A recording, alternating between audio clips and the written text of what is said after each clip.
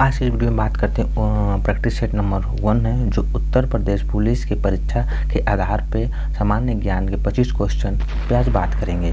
तो जय हिंद मेरे प्यारे विद्यार्थियों, मैं रस्तोगी R2B एजुकेशन चैनल पे आप सभी लोगों का दिल से स्वागत करता हूँ।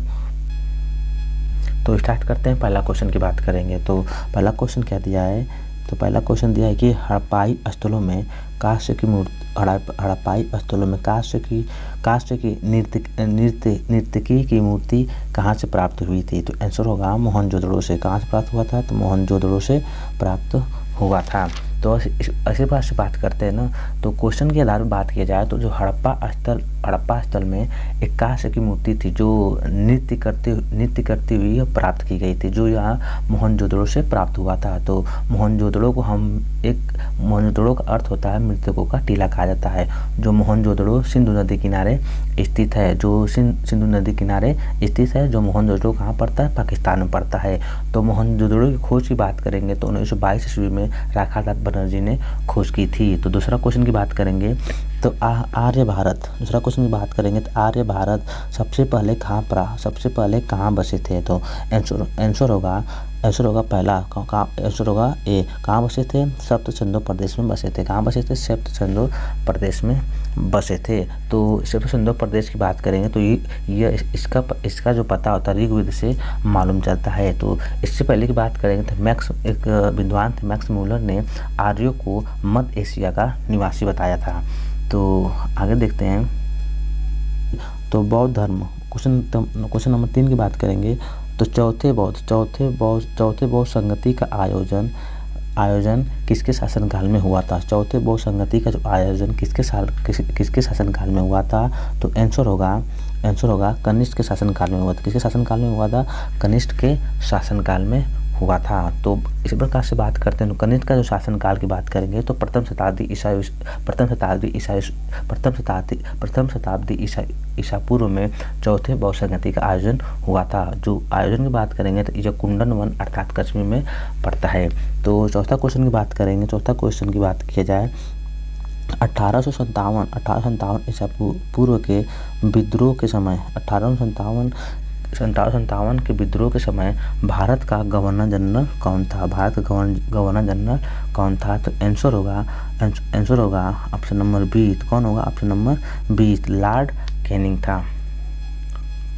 देखते हैं कि शाहनामा इसी प्रकार देख लेते हैं ना, शाहनामा के रचनाकार कौन थे? तो क्या क्वेश्चन नंबर 5 की बात करेंगे तो शाहनामा के रचनाकार कौन थे? तो आंसर होगा फिरदौसी। कौन थे? फिरदौसी थे। तो छठवां क्वेश्चन की बात करते हैं निम्नलिखित में से कौन सा हिंदुस्तानी संगीत शैली का हिस्सा नहीं है? तो आंसर होगा तराना। ऑप्शन नंबर सी क्या हो जाएगा? तराना जो है हिंदुस्तानी संगीत का शैली का हिस्सा नहीं है। तो सातवां क्वेश्चन की बात करेंगे तो सातवां क्वेश्चन क्या दिया है कि पृथ्वी के सबसे निकट ग्रह का नाम क्या है? पृथ्वी के सबसे निकट ग्रह का नाम की बात करेंगे तो यह कौन सा है? शुक्र है। कौन सा है? शुक्र है। जो शुक्र को पृथ्वी की जुड़वा बहन के नाम से जानते हैं। तो कभी क्वेश्चन पूछ लेता है कि सूर्य के सबसे नज़दीकी ग्रह का नाम पूछेगा तो कौन सा होगा? बुध हो जाएगा। लेकिन इसमें पूछा है कि पृथ्वी के सबसे नज़दीक ग्रह के नाम पूछा है तो कौन सा हो जाएगा? शुक्र हो जाएगा। तो अगला क्वेश्चन देख लेते हैं। अगला क्वेश्चन क्या दिया है? अगला क्वेश्चन दिया है कि खनिज तेल और कोयला का किन चट्टान में पाया जाता है? क्वेश्चन दिया है कि खनिज तेल और कोयला किस चट्टान में पाया जाता है? तो आंसर होगा ए, कहाँ पाया जाता है? आंसर होगा अवसादी चट्टान में पाया जाता है। ये क्वेश्चन बहुत ज़्यादा एग्जामों में पूछ लेता है। और इसमें 9वां क्वेश्चन सबसे इम्पोर्टेंट। 9वां क्वेश्चन क्या दिया है? सबसे इम्पोर्टेंट है। क्या दिया है? दिन और रात कहाँ बराबर होते हैं? दिन और रात कहाँ बराबर होते हैं? तो आंसर होगा सी। आंसर क्या हो जाएगा? सी होगा। तो आंसर क्या होगा? सी। कहाँ पाए जाते हैं?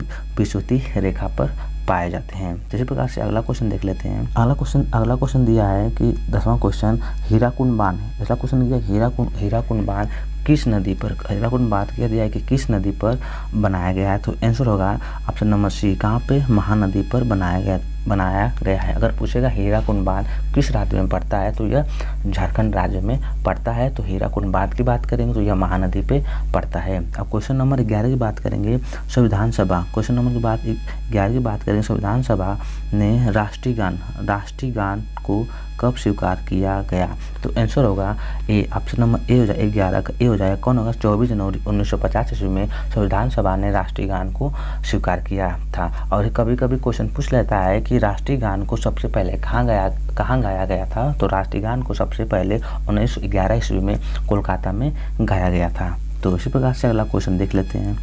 नंबर 12 की बात करेंगे तो दिया क्वेश्चन नंबर 12 क्या दिया है? 12 दिया कि यदि प्रधानमंत्री या कोई अन्य मंत्री सदन का सदस्य नहीं है तो उसे पद पर बने रहने के लिए कितने दिनों के अंदर संसद का सदस्य बनना आवश्यक है? ये सबसे इम्पोर्टेंट क्वेश्चन है, 12वां क्वेश्चन। तो आंसर होगा बी। आंसर क्या हो जाएगा? बी, अर्थात 6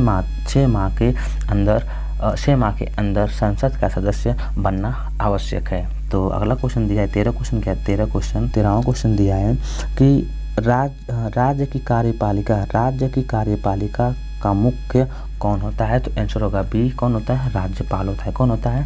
राज्यपाल होता है। और 14वां क्वेश्चन की बात कर लेते हैं। तो दिया है कि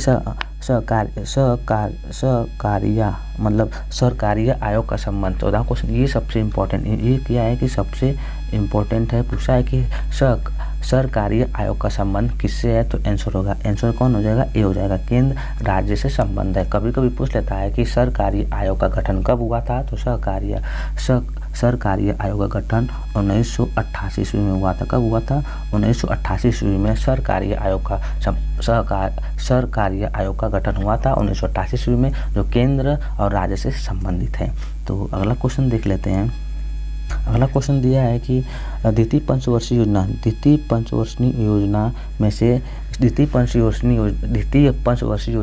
में किस क्षेत्र के विकास पर सर्वाधिक बल दिया गया था? तो आंसर होगा उद्योग पर। ऑप्शन नंबर सी की बात करेंगे तो ये उद्योग पर, द्वितीय पंचवर्षीय योजना के अनुसार उद्योग पर बल दिया गया था। कभी अगर पूछ लिया जाए तो प्रथम पंचवर्षीय योजना किस पर बल दिया गया? तो यह कृषि पर ज़्यादा बल दिया गया था। पंचवर्षीय योजना की बात करेंगे तो पंचवर्षीय योजना रूस से लिया गया था। तो पंचवर्षीय योजना की शुरुआत 1951 से प्रारंभ की गई थी, जो 1956 ईस्वी तक चला था। तो अगला क्वेश्चन देख लेते हैं कि अगला क्वेश्चन दिया है जीएसटी परिषद का उपाध्यक्ष कौन होता है? तो आंसर होगा बी। आंसर क्या हो जाएगा? बी हो जाएगा। किसी राज्य का वित्त मंत्री जीएसटी परिषद का उपाध्यक्ष होता है। 17वां क्वेश्चन की बात करेंगे तो नरसिंघम समिति का संबंध किससे है? तो आंसर होगा ए। नरसिंघम समिति का संबंध किससे है? तो यह बैंकिंग सुधार से संबंधित है। तो अगला क्वेश्चन देख लेते हैं।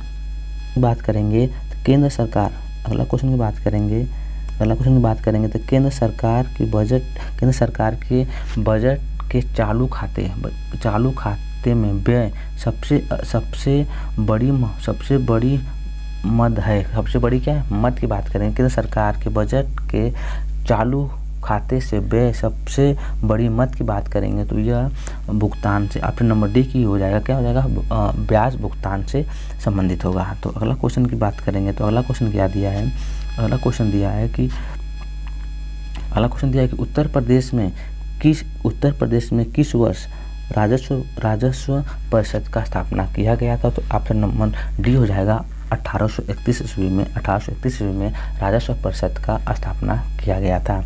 तो 20वां क्वेश्चन की बात करेंगे अनुप्रस्थ तरंगे किस माध्यम में उत्पन्न की जा सकती है? तो आंसर होगा सिर्फ द्रव में। कहाँ पे? सिर्फ द्रव में। तरंगे मुख्य रूप से दो होती है। कौन सी? अनुदैर्ध्य तरंगे होती है और अनुप्रस्थ तरंगे होती है। तो क्वेश्चन पूछा है कि अनुप्रस्थ तरंगे किस माध्यम में उत्पन्न की जा सकती है? तो आंसर होगा सी, सिर्फ द्रव में।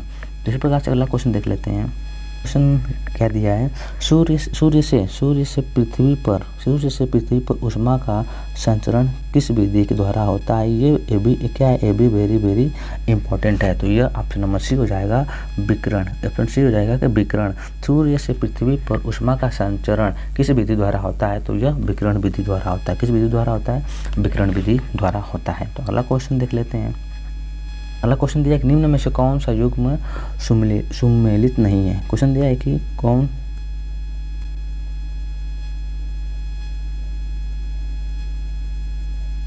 इसमें क्वेश्चन दिया है कि निम्न में से कौन सा युग्म सुमेलित नहीं है। तो आंसर हो जाएगा ऑप्शन नंबर डी। ऑप्शन क्या हो जाएगा, डी। जो विटामिन के जो है टोकोफेरॉल, ये ऑप्शन गलती होगा। तो ऑप्शन नंबर डी सही होगा। ऑप्शन डी क्या हो जाएगा, ये सही हो जाएगा।